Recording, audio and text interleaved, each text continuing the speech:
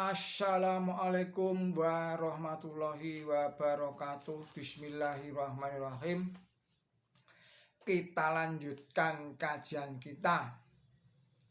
Ini tentang seminar sehari tentang makanan halal. Ini telah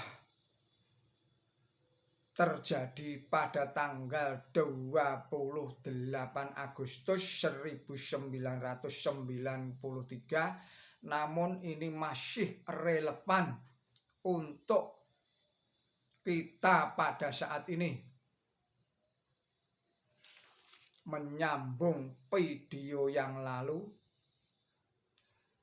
ini dari Dr. Andes HM Satibi dari MUI Daerah Istimewa Yogyakarta. Dalam presentasinya mensinyalir masih banyak umat Islam yang entah karena sengaja atau belum tahu atau belum mau melaksanakan hukum Islam yang berkenaan dengan makanan halal ini, sehingga masih ada bahkan banyak yang menjual dan membeli makanan yang jelas-jelas haram.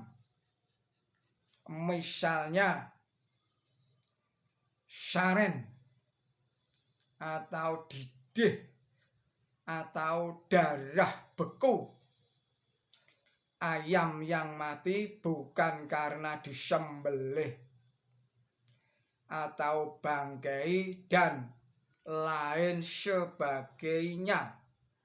Padahal paparnya ketaatan terhadap peraturan Allah Ta'ala berkenaan dengan makanan ini sama pentingnya dengan ketaatan terhadap peraturan Allah Ta'ala di bidang ibadah lainnya. Hal ini menurutnya disebabkan oleh antara lain belum adanya undang-undang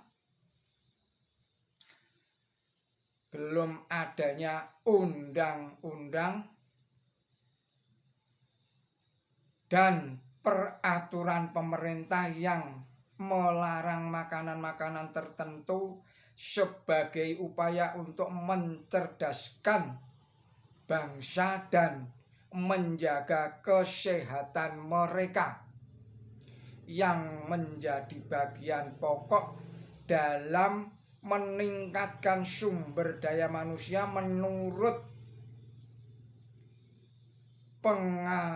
pengamatannya, masih banyak rakyat Indonesia yang beragama Islam lebih tunduk kepada undang-undang pemerintah daripada hukum Islam, terutama di bidang selain ibadah. Namun penilaiannya terhadapnya belum adanya undang-undang dan peraturan pemerintah yang melarang menjual jenis makanan tertentu atau haram itu dibantah baik oleh Dirjen Peternakan dan Kepala Dinas Peternakan Daerah Istimewa Yogyakarta. Pelarangan secara total terhadap jenis-jenis tertentu yang menurut syariat Islam sebagai makanan haram memang diakui belum ada dan agaknya tidak mungkin ada. Terhadap penjualan daging babi misalnya, karena daging ini bagi umat non-Islam tidaklah ada masalah, tetapi bukan berarti mereka dibiarkan menjual secara bebas.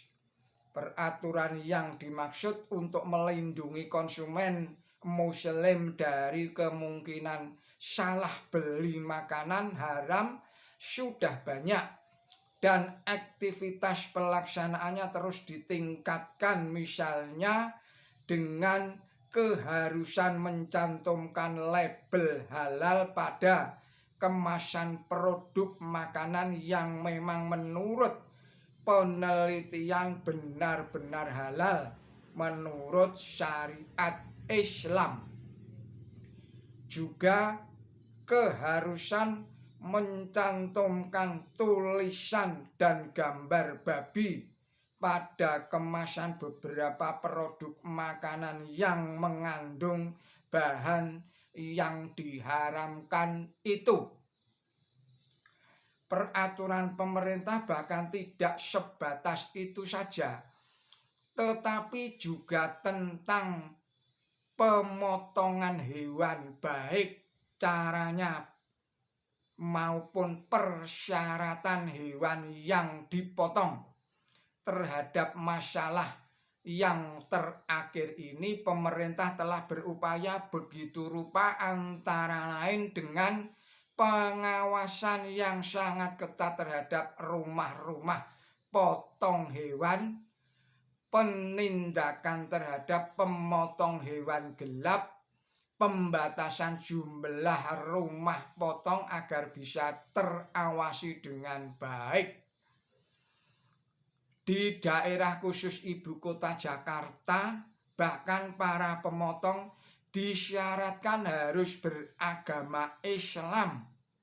Selain babi, tentunya memiliki sertifikat yang dikeluarkan oleh Dinas Peternakan setelah mengikuti pelatihan. Persyaratan tentang pemotongan hewan ini juga berdasarkan fatwa Majelis Ulama Indonesia, tetapi pihaknya tidak mengingkari masih adanya pemotong-pemotong gelap. Di Yogyakarta, jumlah hewan yang dipotong secara gelap masih cukup banyak. Hal ini diungkapkan oleh Dokter Hewan Bambang Dwijo, MSPD, Ketua Lembaga Konsumen Muslim Indonesia Yogyakarta, dan juga Ketua Jagal atau Pemotong Hewan Yogyakarta, yang tampil sebagai presentator dengan gaya humorisnya. Pencegahan terhadap pemotongan gelap ini memang masih sulit dilakukan. Hal ini menurutnya terkait dengan kesadaran akan tanggung jawabnya pada agama dan masyarakat konsumen. Ia membenarkan sinyalemen Dr. Andes HM Syatibi terhadap masih adanya pedagang-pedagang daging sapi di pasar-pasar yang suka mencampur dagangannya dengan daging babi atau daging sapi yang dipotong secara gelap tadi itu. Daging babi harganya lebih murah, mendorong sementara pedagang untuk berbuat curang, berbuat culas. Demikian paparan dari seminar sehari tentang makanan halal. Billahi taufik wal hidayah. Wassalamualaikum warahmatullahi wabarakatuh.